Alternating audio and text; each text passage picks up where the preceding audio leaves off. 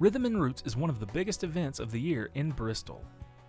Fans come from all over the country to be a part of the celebration in downtown Bristol every year. But to make it all happen, it takes an incredible amount of manpower.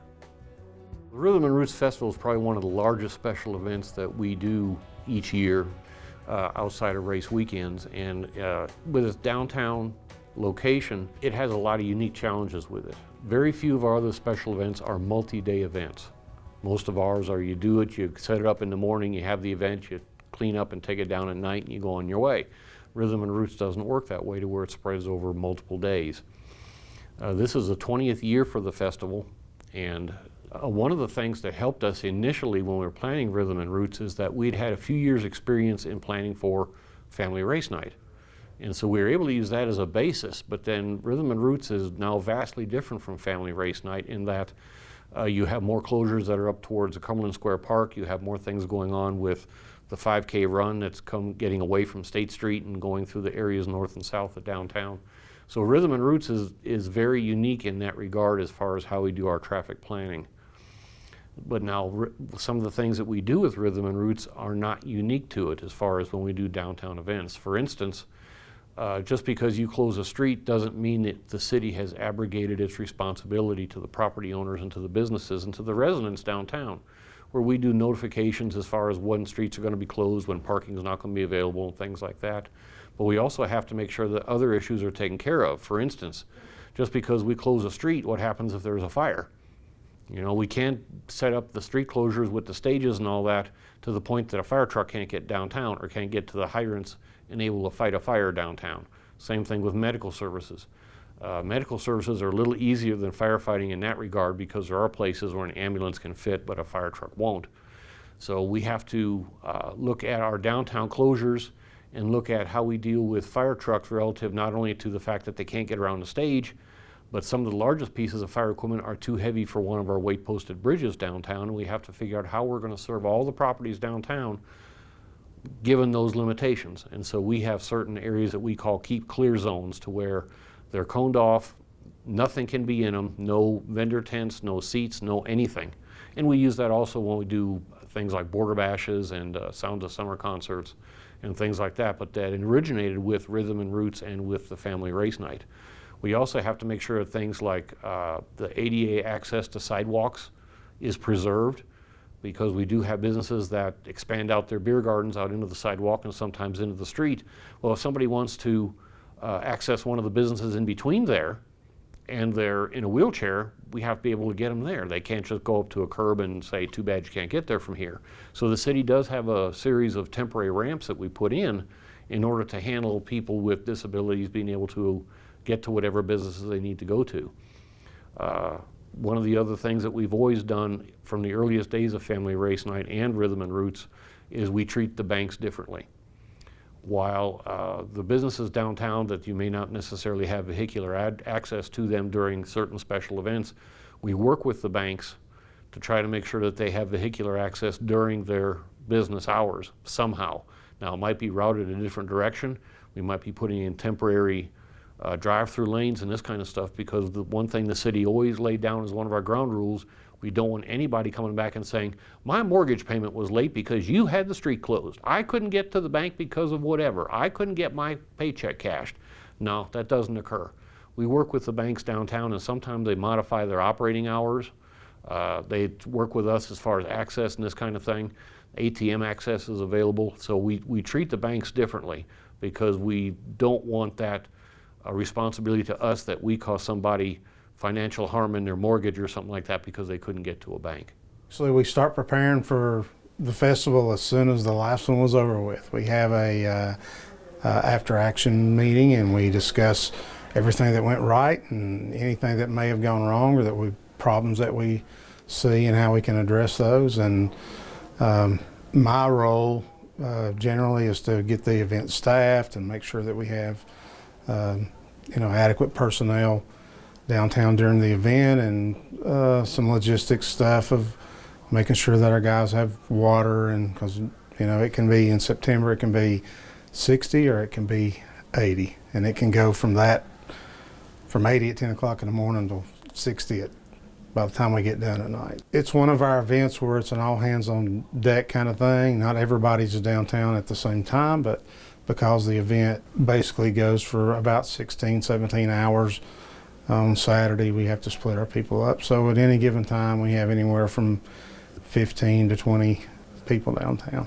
Our officers are tasked with being the face of the city. We want to be visible. We have a special events shirt, bright yellow, makes us stand out in the crowd so people can find us easy. We're down there obviously as a deterrent, but we generally don't have a lot of problems. So our the biggest thing we do is interpret maps for people. We have a lot of out-of-town visitors. They kind of get turned around down there when there's a huge crowd and it's hard to, find landmarks. So we send people to the right stages to listen to whatever group they want to, and basically just be good ambassadors for the city and make a good impression on our visitors.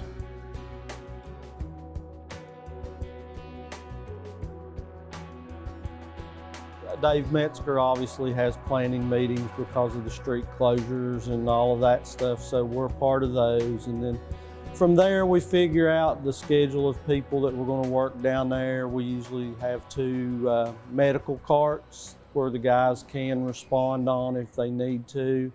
So we plan for the EMS part of it, the medical part, and then we plan for, obviously with State Street being closed, the potential to have a fire downtown. Those same EMS people we have scheduled down there also take care of any fire issues. Initially, if it's a small fire, hopefully they can take care of it until we can get the bigger equipment like the engine or the ladder truck on the State Street. And there's always provisions planned for that where we can get the trucks on the State Street if we need to and move the crowd. A lot of people, especially guys that have been here a while, nothing changes from year to year for the access points. And if it does, then we go over that part with them to make sure that they know, because there'll be like 2 different places that we can access State Street with our bigger equipment. And we also have to go down there and check pre-event when vendors are setting up and stuff, to make sure that they're leaving those corners from those side streets open enough for us to actually get the trucks on there. And we check that out beforehand. We don't wait till day of event to make sure that they've not encroached on that turn radius, actually is what it is, from a corner onto State Street, so we can get the trucks on there. On the days of Rhythm and Roots, then the regular shift personnel will be in the 5 fire stations we have here in the city, working their regular assignment. And then we will have people scheduled for overtime who will actually be down there.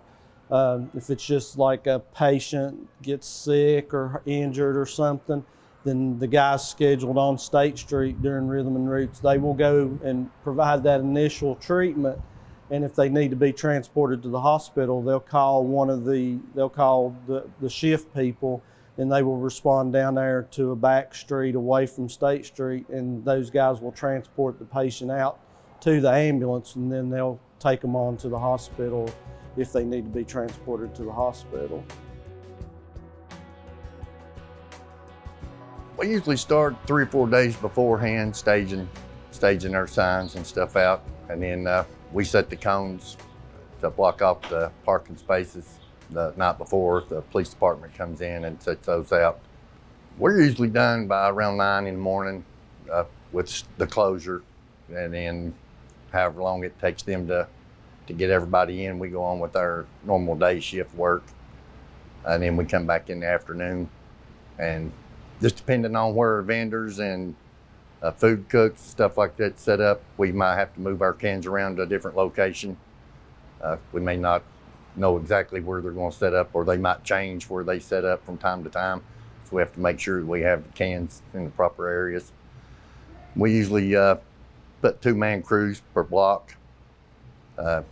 They take care of certain sections, and then if it gets heavier in one location than it does another, we usually pull people back to help each other out. I usually come in mornings and help set everything up, and we go do our normal daily duties.